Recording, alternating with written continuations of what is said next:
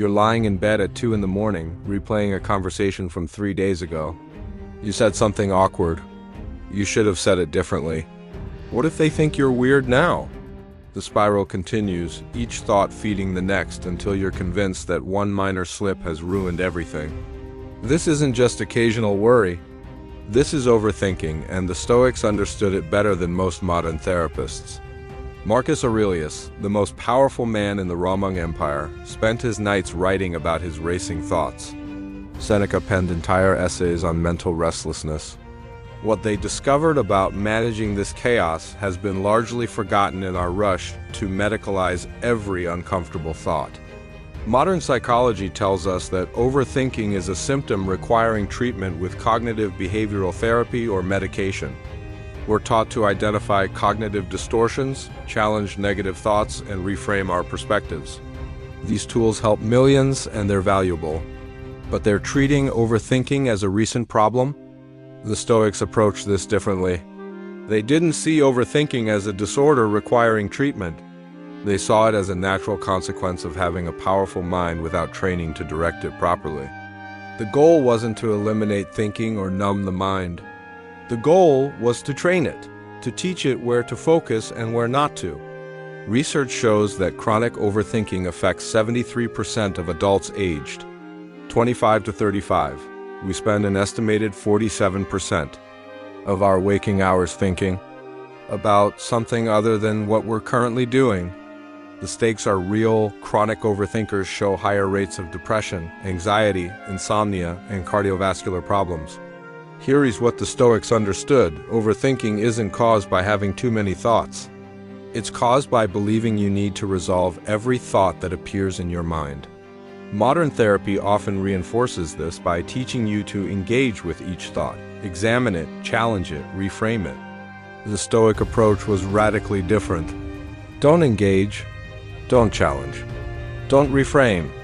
Simply notice that the thought appeared and let it pass like a cloud across the sky. Epictetus taught his students to distinguish between what's up to them and what isn't. Your thoughts appearing? Not up to you. What you do after they appear, that's the only thing within your control. When an anxious thought about the future appears, you don't need to solve the future.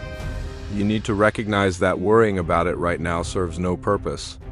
Marcus Aurelius wrote, "You have power over your mind, not outside events." But power over your mind doesn't mean controlling which thoughts appear. It means controlling where you place your attention after they do. The overthinker's mistake is treating every thought as a problem requiring immediate solution. The Stoics' wisdom is recognizing that most thoughts are simply mental noise. Overthinking isn't powered by events. It's powered by judgments about events. Something happens. You immediately judge it as good or bad, threatening or safe. That judgment triggers an emotional response. The emotional response triggers more thoughts. You're in the spiral now, and it feels like the event caused it.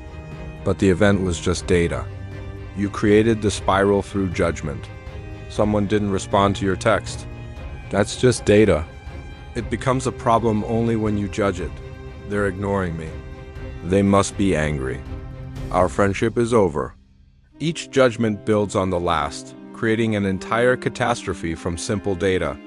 The Stoic approach is more fundamental. Stop making the initial judgment.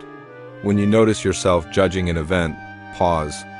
Ask yourself if you actually know what this means or if you're constructing meaning from uncertainty. Most of the time, you're constructing. Your friend didn't text back. That's what's actually happening.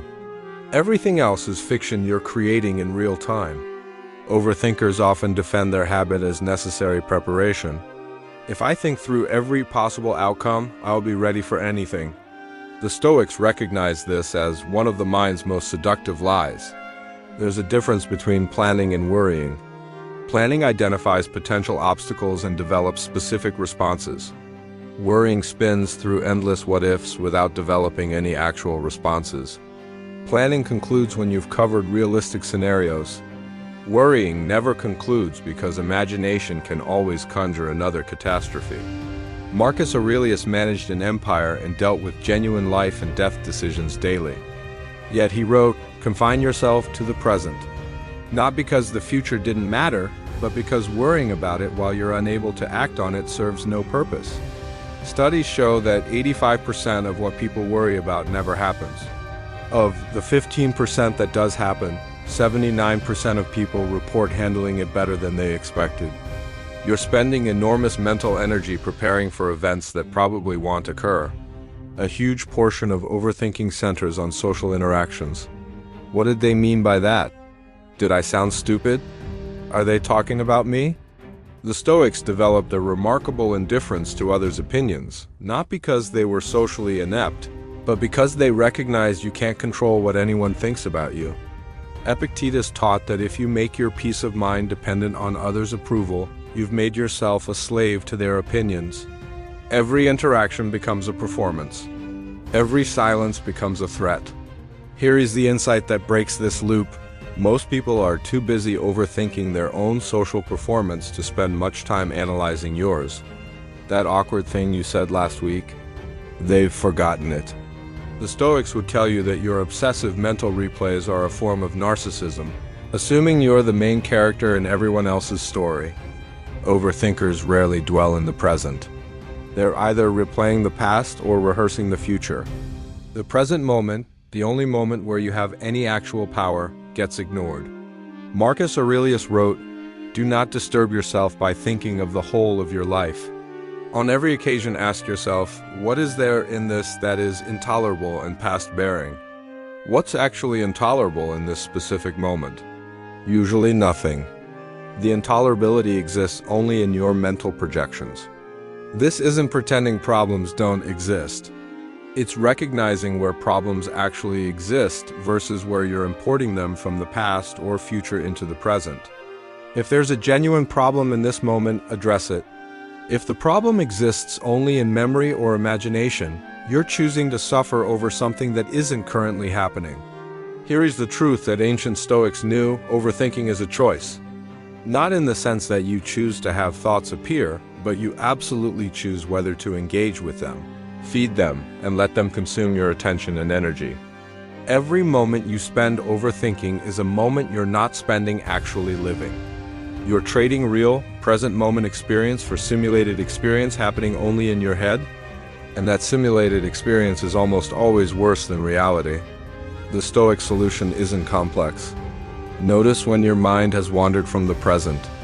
Notice when you're judging rather than observing. Notice when you're trying to control what you can't control. And in that moment of noticing, simply return. Return to your breath. Return to what you're doing. Return to the only moment that actually exists. There's a truth I've carried with me: the mind is a wonderful servant, but a terrible master. Give it direction, or it will give you distraction disguised as importance. Start with these concrete practices.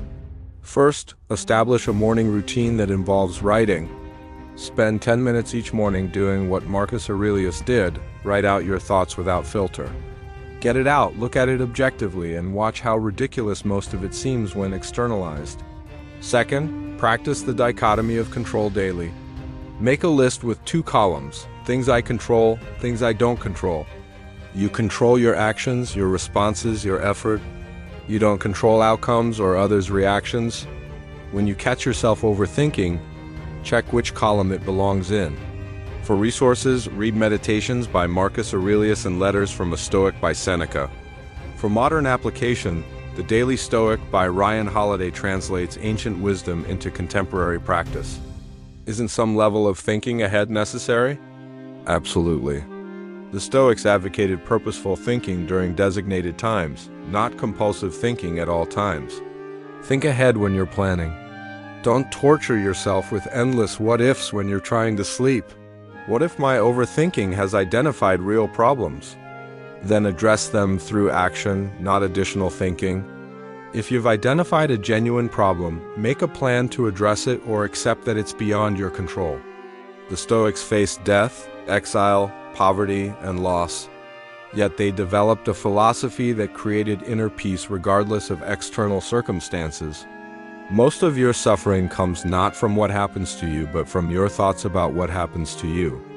You can't eliminate thoughts, but you can train yourself to notice when you're feeding destructive thought patterns. and choose to return to the present instead? Stop treating every thought as important.